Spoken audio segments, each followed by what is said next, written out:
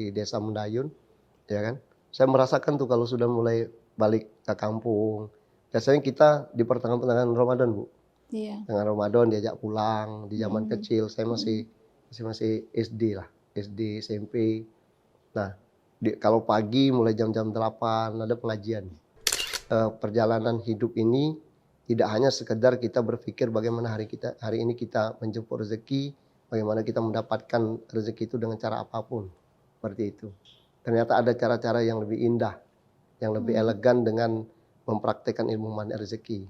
Setiap satu dosa kita melakukan satu sholat tobat. Oh, gitu. Setiap satu dosa satu sholat tobat.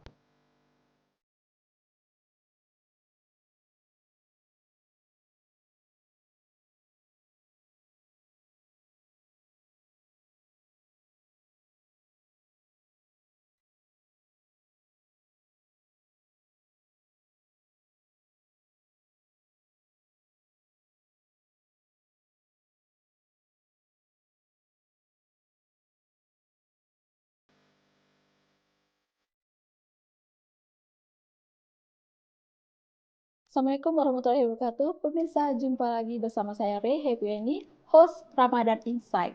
Pemirsa, ini adalah edisi perdana dari Ramadan Insight yang kita sajikan mengawali bulan Ramadan ini. Nah, hari ini di edisi perdana ini telah hadir tamu kita, yaitu Bapak Sopwan Hadi CTMR.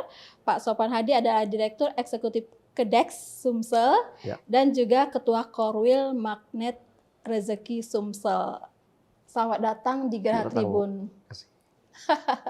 Ini yang ketiga kali nih, ya? Pak Sopwan Hadi hadir di podcast di Gerah Tribun. Di Gerah Tribun kedua kali, di program Tribun yang ketiga kali. Karena yang satunya kita gelar di OJK ya.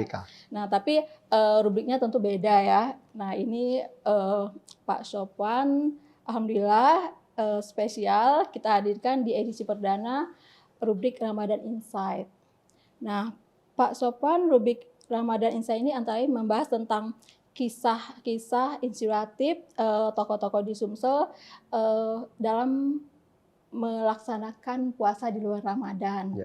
Nah, mungkin nanti apa yang di-share oleh Pak Sopwan Hadi bisa menginspirasi pemirsa ya Pak ya.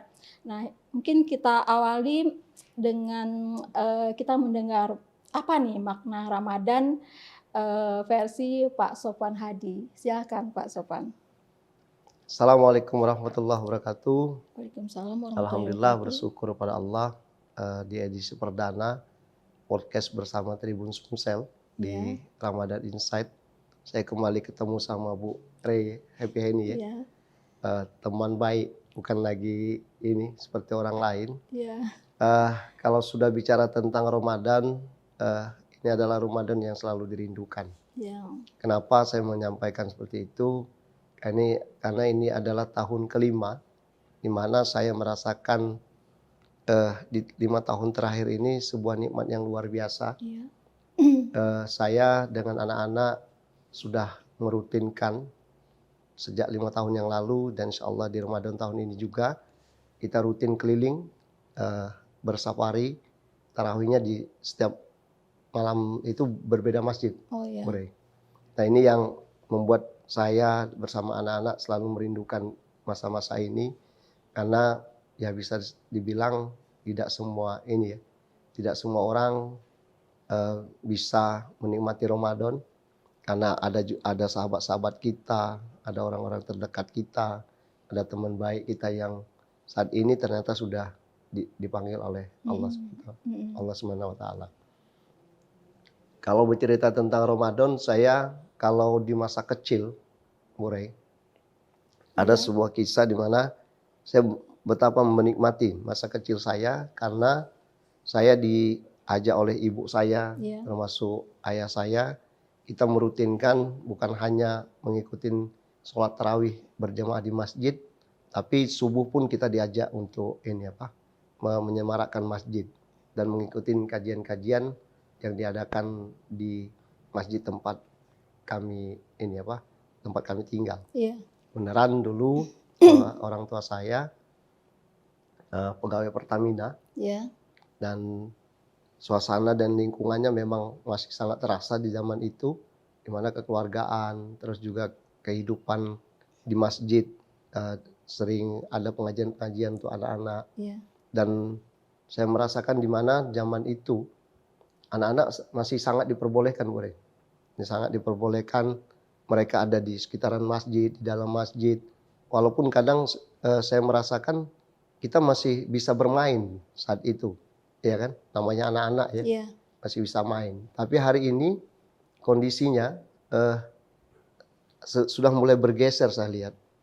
Masjid-masjid tidak ramai lagi anak-anak, di beberapa tempat bahkan ada membuat aturan anak-anak dilarang untuk berada di dalam masjid, seperti itu.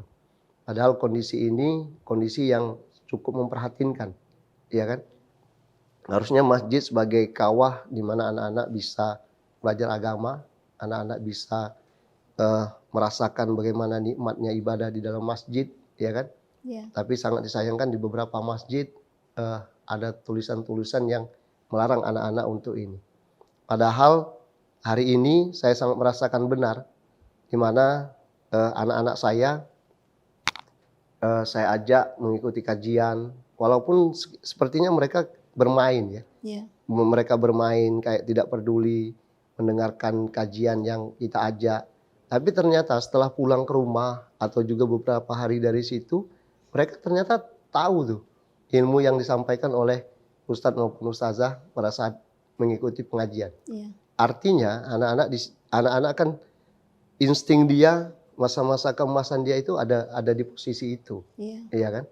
Dimana posisi kita harus memberikan pembelajaran kepada anak-anak itu sejak dini.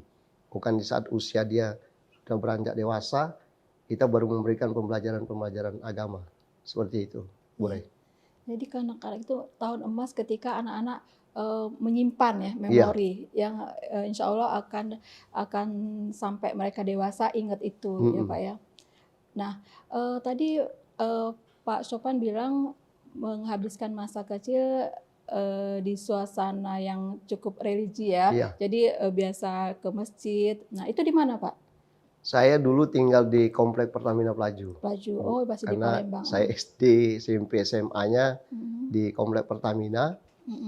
Terus juga kalau di masa kecil juga kalau kita balik kampung, kebenaran kakek saya dari ibu itu adalah seorang kiai di daerah Oku Timur. Suasana surau, suasana masjidnya sangat terasa.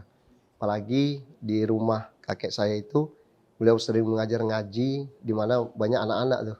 Oh, kakeknya Pak Sophan mengajar ngaji. Kakek saya dari ibu saya.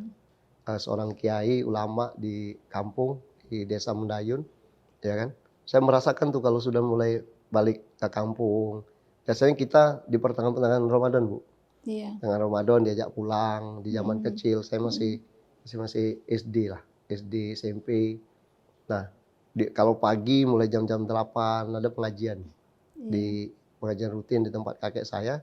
Dan itu benar-benar anak-anak belajar ngajinya penuh dengan penuh dengan suasana keakraban, dan mereka merasakan suasana religi. Dan saya pun merasakan itu. Itu di desa biasanya Ramadan libur ya, jadi anak-anak pulang kampung diajak oleh orang tuanya yang masih ada kampung untuk mudik gitu ya.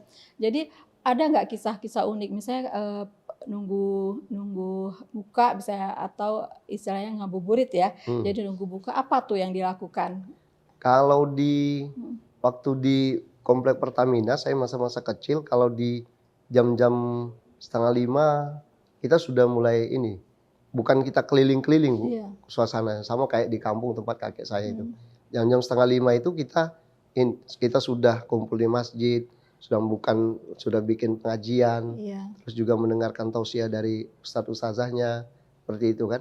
Memang terasa tuh suasana religi. Dan yang unik kalau di kampung tempat kakek saya itu, kalau sudah mulai menjelang jam 5:30 sore, itu biasanya anak-anak udah mulai keliling bawa kentongan. Saya kayak kentongan orang mau ini ya. 5:30 sore? 5:30 sore. Saya pikir kalau di kota kan biasanya saya selalu mendengar paling subuh ya. Untuk menjelang sahur ya. Yang Yang dipukul pun bukan kentongan ya kan. tiang listrik rata-rata seperti itu. Nah kalau di kampung itu jam setengah 6 sore pun mereka bawa kentongan yang kayak orang mau beduk itu, ronda. Seperti itu. Jam setengah 6 sore udah mulai keliling tuh. Dan rata-rata mereka berbukanya bukan di rumah masing-masing, tapi di masjid. Memang disediakan untuk anak-anak untuk berbuka walaupun makanannya makanan yang biasa ya kan. Tapi bukan persoalan makanan yang saya lihat, kebersamaan dengan anak-anak rame-rame seperti itu. Tapi hari ini kalau saya boleh bilang di kampung saya bisa dikatakan karena rata-rata orang-orangnya sekarang udah merantau Bu, hanya sekitar 5% lah orang asli sana. Hanya kalau sudah balik kampung sudah nggak terlalu terlihat suasana anak-anak yang seperti itu. Saya di desa orang tua saya itu Desa Mendayun di Kabupaten Oku Timur. Oku Timur, Mendayun ya. Iya. Pas buka ada keliling pukul kentongan. Kalau sahurnya ada nggak? Kalau sahur sama, mereka jam 3-an sudah ini. Jam 3-an udah mulai keliling. Keliling, malah ngetokin pintu teman-teman yang biasa mau sholat subuh, ya kan? Dan mereka biasanya bahkan subuh pun ada beberapa anak yang subuhnya di masjid, seperti itu. Sahurnya di masjid. Mereka bahkan sudah punya habit atau kebiasaan sahur seadanya saja. Karena bagi mereka cukup dengan kebersamaan pun udah oke lah, seperti itu. Gitu. Jadi di Palembang, di Pelaju udah biasa di masjid, ditambah lagi ke desa dengan kakek yang seorang ustaz ya, yang mengajar ngaji. Jadi suasana religi itu sangat kental di keluarganya Pak Sofwan. Dan ketika Pak Sofwan sekarang udah punya keluarga besar gitu ya, merutinkan 5 tahun terakhir untuk safari Ramadan ya. Safari Ramadan dari masjid ke masjid, sholat tarawihnya. Berarti kurang lebih 30 masjid 30 masjid. Se-Palembang atau bisa ke luar Palembang juga? Kita rata-rata Palembang.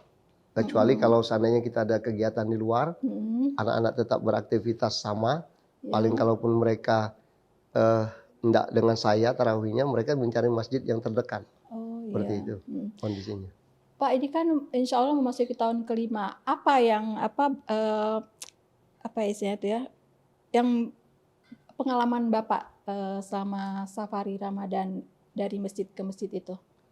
Yang saya alamin memang banyak kultur ya Bu ya.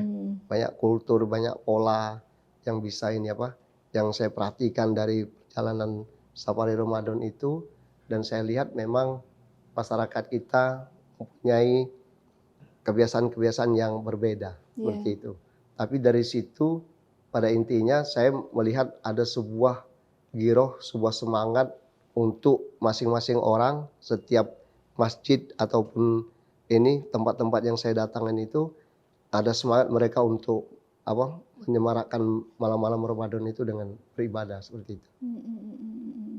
Yang paling ada yang unik nggak ketemu dari masjid ke masjid itu? Ya, ada yang unik begini. Saya selama ini berpikir bahwa di masjid di Palembang ini sudah tidak ada lagi yang yang 23 rakaat. Seperti itu ya kan. Iya. Ternyata di Palembang masih ada beberapa masjid. Masih seperti beberapa itu. Ya. Nah, yang uniknya ada anak-anak saya kan di satu sisi mereka kaget kan. Yang selama ini biasanya 11 rakaat, tahu-tahu 23 rakaat. Akhirnya ada mereka bisik-bisik, "Papi kalau bisa yang 23 rakaat ini biarin orang aja, kami di belakang nanti nunggu yang witirnya," begitu. Oh ya gitu. Nah, seperti itu. Dan ada yang unik, setelah sholat tarawih dan witir itu, Bu, ada 1-2 masjid yang saya lihat mereka itu setelah sholat tarawih dan witir, mereka menyediakan makan. Dan ada jamaah-jamaah yang masih ada di masjid itu diajak untuk membaca Quran bareng-bareng. Oh iya. Seperti itu. Tilawah gitu ya, tadarusan.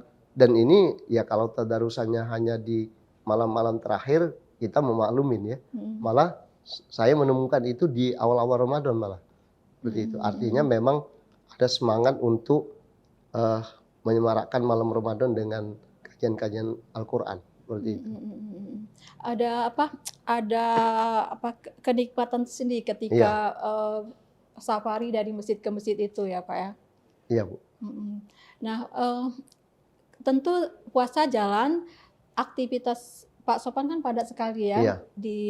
di Kedex, di Magnet Rezeki, kemudian sebagai caretaker ketua BPD AIKI Sumsel, lalu aktif juga di Komtab Pemberdayaan dan Perluasan Tenaga Kerja di Kadin Sumsel, banyak sekali. Dan yang utama sebagai pengusaha kopi dan lain-lain. Ada lagi Pak ya. Nah, gimana tuh cara tetap semangat? Sesuai temanya nih, kita menghidupkan Ramadan, memaknai Ramadan dengan semangat dan tetap semangat mencari rezeki. Iya. Nah, gimana tuh? Saya memaknai setiap aktivitas yang saya jalanin, Bu. Saya memaknainya adalah sebuah ibadah, seperti itu. Jadi berdasarkan pengalaman saya, titik balik kehidupan saya ini sebenarnya dalam perjalanan ini, Bu Re. Saya 2018 itu hijrah dari transaksi ribawi. Oh, bermulanya dari itu. Gimana tuh Pak? Boleh cerita yang saya 2018 saya hijrah dari transaksi ribawi, saya meninggalkan transaksi perbankan maupun leasing. Di situ titik balik kehidupan saya. Konvensional ke syariah gitu konvensional ke syariah, seperti itu. Terus di tahun 2022 saya lebih memfokuskan kehidupan saya di sisi dakwah, yaitu dengan bergabung di komunitas Magnet Rezeki. Nah, di komunitas Magnet Rezeki inilah titik balik terbesar saya, Bu. Kenapa saya sampaikan ternyata perjalanan hidup ini tidak hanya sekedar kita berpikir bagaimana hari ini kita menjemput rezeki, bagaimana kita mendapatkan rezeki itu dengan cara apapun, seperti itu. Ternyata ada cara-cara yang lebih indah, yang lebih elegan dengan mempraktekkan ilmu Magnet Rezeki, seperti itu. Dan titik balik saya rasa sangat besar itu. Ya disitulah akhirnya saya merasakan bahwa semakin banyak aktivitas saya adalah jalannya untuk ibadah. Dan jalan ibadah ini, aktivitas ini bagaimana berusaha menjadikan aktivitas ini untuk memuliakan dan membahagiakan banyak orang. Karena sesuai dengan pembelajaran yang saya dapat dari guru rendah saya, Ustaz Nasrullah, sebagai founder Magnet Rezeki, bahwa ketika kita memuliakan orang, membahagiakan orang, di situ Allah titip rezeki. Seperti itu. Nah, artinya dengan posisi seperti itu, tidak ada lagi kita berpikir untuk sikut kanan, sikut kiri. Karena segala sesuatunya sudah Allah atur, dan yang paling utama pondasi di Magnet Rezeki itu yang membuat saya hari ini dalam posisi yang terbaik, Bu. Walaupun banyak amanah, artinya tugas dan tanggung jawab tadi, saya bisa melakukan dengan enjoy, dengan senang, karena tak ada lain, hidup kita adalah bagaimana kita bermanfaat untuk banyak orang. Ditambah lagi di ilmu Magnet Rezeki saya diajarkan bagaimana panduannya adalah Al-Quran. Karena di Magnet Rezeki itu ada yang namanya ilmu pamungkas, kalau saya bilang ya Bu ya. Itu namanya ilmu Garputala. Bagaimana Garputala menggunakan Al-Quran, dan Al-Quran sebagai rujukan dari setiap apapun yang kita mau lakukan. Seperti itu. Nah, ini yang saya rasakan, Bu. Jadi artinya apapun amanah yang diberikan ke saya, mulai dari sebagai Direktur Eksekutif Kedex Sumsel, maupun juga sebagai PLT AIKI, termasuk juga diamanai oleh guru saya Ustaz Nas itu sebagai Korwil, saya jalanin aja tuh. Niatnya adalah bagaimana kita memuliakan, membahagiakan orang. Bagaimana setiap gerak dan langkah kita itu menjadi kebermanfaat untuk banyak orang. Tidak lagi berpikir bagaimana ketika kita bergerak, melangkah, apa untung yang akan kita dapatkan. Kita tidak lagi berpikir seperti itu. Karena sesungguhnya ketika kita sudah memuliakan orang, membahagiakan orang, sudah jelas janji Allah itu dalam Al-Quran bahwa aku akan titipkan rezeki kepadamu dari banyak-banyak orang ini. Seperti itu. Boleh. Iya, itu di Korwil Magnet Rezeki. Kita menarik banget nih Magnet Rezeki. Jadi kuncinya ketika kita memuliakan orang, insya Allah rezeki akan datang. Nah, apa saja aktivitas dari Korwil Magnet Rezeki ini? Ya, kalau aktivitas Korwil Magnet Rezeki ini sebenarnya banyak, Bu. Yang jelas kita setiap bulan ada rutin. Ya, baik seminar maupun training hybrid Magnet Rezeki. itu di mana secara online diisi langsung oleh Satnas sebagai founder Mahani Rezeki. Kalau secara offline-nya diisi oleh seluruh certified trainer Mahani Rezeki yang ada di kota tersebut. Seperti itu. Selain itu kita ada kajian-kajian juga, mulai dari kajian mingguan, kajian subuh, termasuk juga kajian-kajian yang sifatnya untuk merayah banyak orang. Karena intinya di Mahani Rezeki itu bagaimana ketika kita menjemput rezeki, kita berusaha untuk memberi dengan cara-cara yang terbaik. Dan ada satu kunci dasar sebenarnya Bu di Mahani Rezeki itu, ketika kenapa rezeki kita tidak lancar kan selama ini? Kenapa ketika kita mendapatkan amanah ini, amanah itu, tapi amanah itu tidak bisa kita lakukan dengan baik. Nah ternyata ada kunci dasar yang di ilmu Mahani Rezeki itu yang namanya ada yang rezeki itu tertutup, amanah itu tidak bisa dijalankan dengan baik karena ada dosa di dalam situ. Oh iya. Begitu. Jadi apa yang harus dilakukan ketika di ilmu Mahani Rezeki itu ada nama ilmunya perisai rezeki, Bu. Ya. Perisai rezeki itu perisai rezeki. Perisai rezeki. Ya, perisai rezeki. Nah, sesuai dengan apa yang diajarkan kepada kami bahwa setiap satu dosa kita melakukan satu sholat tobat. Gitu. Setiap satu dosa, satu sholat tobat. Nah dari situlah seperti yang disampaikan oleh gurunda kami bahwa setiap sholat tobat dari satu dosa, di situ mulai itu perisai-perisai rezeki itu terbuka. Di situlah mulai tidak ada semakin tipisnya hijab kita dengan Allah. Ketika semakin tipis hijab kita dengan Allah, apapun yang kita inginkan, apapun yang kita mau, Allah akan kabul seperti itu. Begitu Bu. Jadi Korwil Magnet Rezeki ini lebih ke sharing gitu ya? Lebih ke sharing, sharing teori ya atau gimana? Sharing, lebih kepada praktek sih sebenarnya. Sharing praktek. Karena kalau bahasa dari gurunda itu, sesuatu ilmu yang diajarkan tidak akan ada apa-apanya ketika tidak dipraktekkan. Ya. Jadi kuncinya harus dipraktekkan. Contoh kita ilmu perisai rezeki, ya kan? Kita punya dosa, misal saya dosa sama Bu Ore, mungkin tanpa saya sadar setelah event pertemuan atau apa, ada bahasa atau ini saya yang tidak nyaman, membuat Bu Ore tidak nyaman. Nah di situ harus ada yang namanya sholat taubat, seperti itu. Terus dengan teman, dengan kolega kita, dan yang paling utama juga yang disampaikan oleh gurunda itu, kita harus menurunkan garis kebenaran, ya kan? Menurunkan ego kita Bu kalau di keseharian, ya kan? Ketika ada sesuatu yang tidak baik terjadi, itu sebenarnya bukan salah orang lain, tapi itu salahnya dari kita sendiri. Oh ya gitu. Seperti itu. Nah ketika kita merasakan bahwa kita yang salah, disitulah semakin Allah buka pintu rezekinya untuk kita. Begitu. Jadi Mahani Rezeki itu bukan hanya sekedar sharing tanpa praktek. Karena ilmu tanpa praktek sama aja tidak ada hasil. Makanya orang-orang Mahani Rezeki itu diminta ketika belajar, mengulang harus dipraktekkan. Karena kita ingin kehidupan kita adalah dalam dunia keajaiban. Iya, dan dipraktekkan di aktivitas kita sesuai bidang masing-masing ya. Sesuai bidang masing-masing. Makanya yang terbaru saya dapat amanah sebagai ketua direktur eksekutif Kedeks Sumsel, ya kan. Di mana ketuanya langsung Pak Gubernur, ya kan. Nah, alhamdulillah berjalan waktu banyak kemudahan. Mulai dari percepatan kita ketemu dengan pihak BI, percepatan dengan OJK, dan insya Allah di Ramadan ini kita sinergi dengan BI, OJK maupun 3 perbankan syariah, ya kan, yang sifatnya untuk memperbesar bagaimana ekonomi keuangan syariah ini memang benar-benar berjalan. Kan kondisi hari ini sangat disayangkan ya Bu, mayoritas Muslim, tapi baik secara nasional maupun daerah baru 8% yang paham dan menggunakan ekonomi keuangan syariah. Seperti itu. Baru 8%. Baru 8%. Nasional? Secara nasional dan provinsi Sumsel juga. Sumsel juga 8%? Sama. Seperti itu. Artinya butuh dorongan yang kuat kan untuk itu. Dan tidak ada lain. Kondisi ini harus kita sadari bersama. Bukan hanya ini. Kita tidak bisa menyalahkan orang lain kan. Bisa juga karena kondisi kita selama ini kita tidak memberikan peranan yang maksimal untuk itu. Begitu. Itu antara lain apa yang dilakukan oleh Kedeks Sumsel ini ya? Iya. Target dari Kedeks Sumsel ini gimana? Kita pindah nih ke Kedeks Sumsel. Target Kedeks Sumsel kita akan menyasar ke anak-anak Gen Z, Bu. Insya Allah dalam waktu dekat, sesuai dengan arahan Pak Gubernur juga, kita sudah menyampaikan beberapa program. Di bulan Ramadan ini kita ada yang namanya Gebiar Khas. Apa itu? Gebiar Khas itu kuliner halal, aman dan serasi.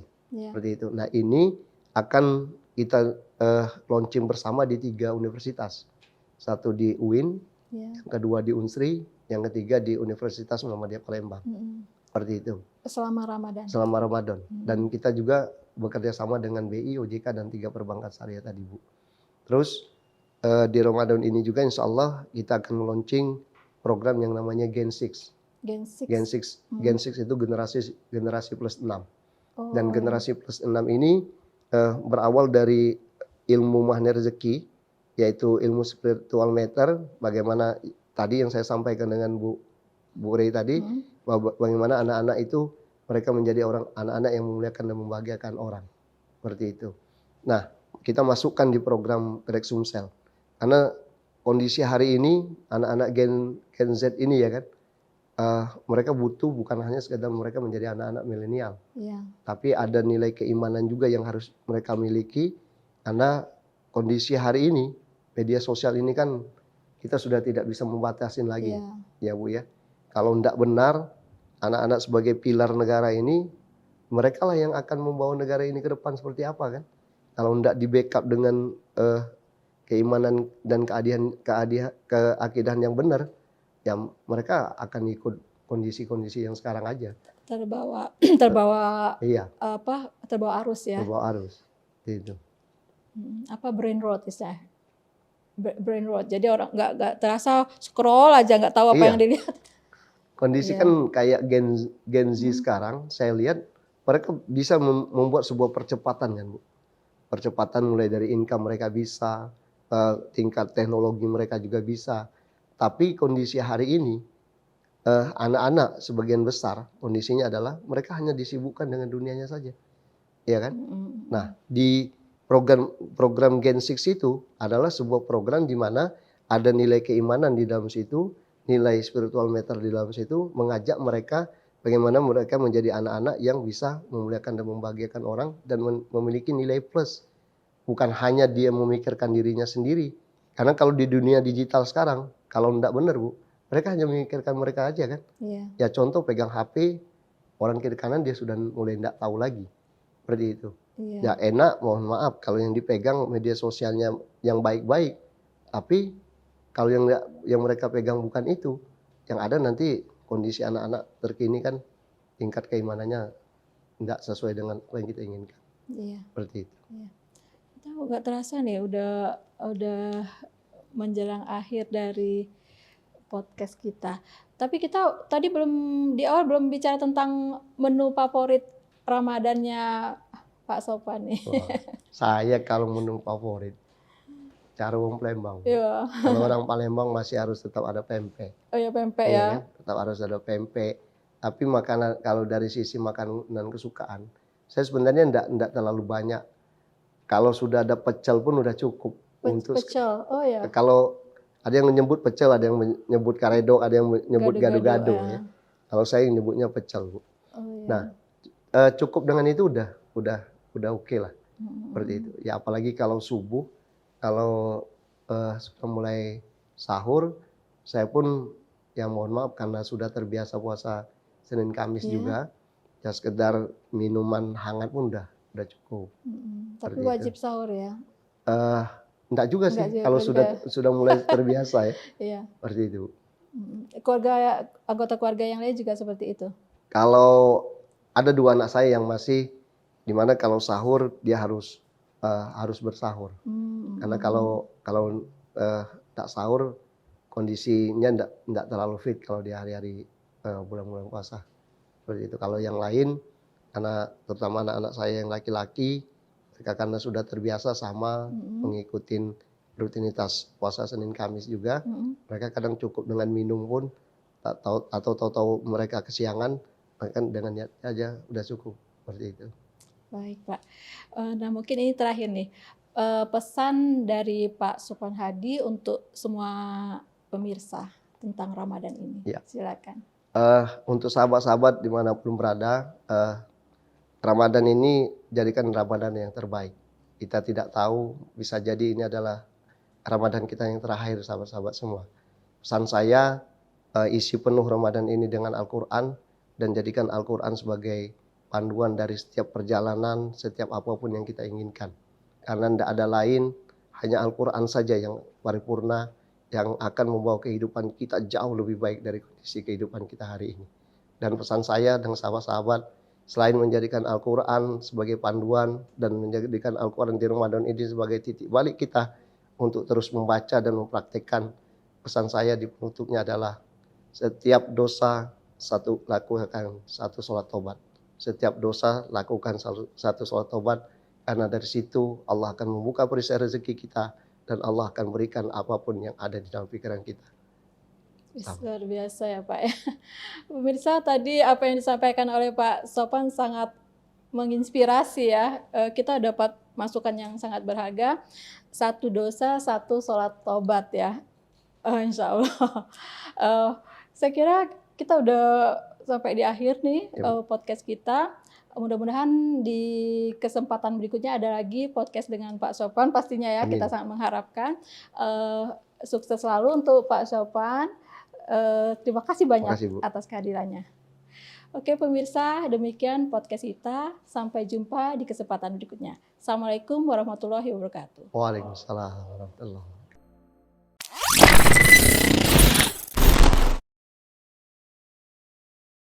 Setiap gerak kami adalah fondasi untuk menjadi perusahaan energi kelas dunia yang peduli lingkungan. Kami memasuki era digitalisasi dan elektrifikasi untuk meningkatkan kapasitas produksi dan efisiensi. Kami tak sekedar mengeksplorasi, tapi juga peduli pada masa depan planet bumi. Kami persembahkan sebuah warisan energi tanpa henti untuk negeri ini.